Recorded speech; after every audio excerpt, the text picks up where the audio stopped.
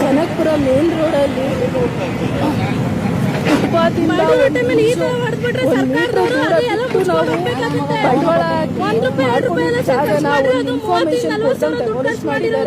ಬಡವರು ಹೊಟ್ಟೆ ಮೇಲೆ ಹೊಡೆದ್ಬಿಟ್ಟಿದ್ದಾರೆ. ಬಡವರೆಲ್ಲ ಎಲ್ಲ ಹೋಗ್ಬೇಕು ಈ ತರ ಬಂದು ಡೆಮಾಲಿಷ್ ಮಾಡ್ಬಿಟ್ರೆ ಏನೋ ಹೋಗೋದಾರೆ ಜಾಗ ಬಿಟ್ಟಂಗೆ ಮಾಡ್ಕೊಂಡಿರೋದು ಕೇಳಿದ್ರೆ ಅರ್ಥ ಇದೆ.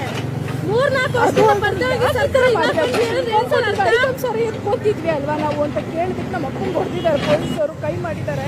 ಯಾಕೆ ಅಂತ ಕೇಳಿದಿಕ್ಕೇನೆ ನನಗೂ ಕೈ ಎತ್ಕೊಂಡು ಬಂದಿದ್ದಾರೆ. ಯಾಕೆ ಅಂತ ಕೇಳಿದಕ್ಕೆ ಎರಡು ದಿನ ಬಿಟ್ಟು ನಿನ್ನ ಹತ್ರ ಬಂದು ಮಾತಾಡ್ತೀನಿ, ಇವಾಗ ಮಾತಾಡಿದ್ದೆ ಅಲ್ವಾ ಜ್ವರಕ್ಕೆ ಇನ್ನೂ ಜ್ವರಾಗಿ ಮಾತಾಡ್ತೀನಿ ಅಂತ ನನಗೂ ಅವಾಜಾಗಿ ಹೋಗಿದ್ದಾರೆ. ನಮ್ಗೆ ಚಾಲೆಂಜ್ ಕೈ ಅಂತ ಮಾಡ್ಬೇಕು ಸರ್. ತುಂಬಾ ಕಷ್ಟಪಟ್ಟು ಜಾಗ ಹಾಕೊಂಡಿದ್ದಾರೆ. ಯಾಕೆ ಈ ತರ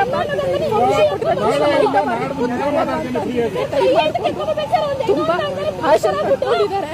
ದಯವಿಟ್ಟು ಸರ್ಕಾರನೇ ಸರಿ ಮಾಡಬೇಕು. ಅಷ್ಟೇನೆ ಇರೋದು. ಈ ಬಾಕಿ ಟೈಮಲ್ಲಿ ಇರಲ್ಲ.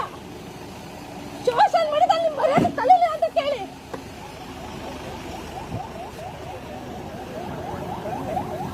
ಡೆಮಾಲಿಷ್ ಮಾಡೋದು ಮಾಡ್ಲಿ. ಹೆಣ್ಮಕ್ಳನ್ನ ಕೈ ಎತ್ತುವಂತದ್ದು ಏನೈತೆ ಪೊಲೀಸರು?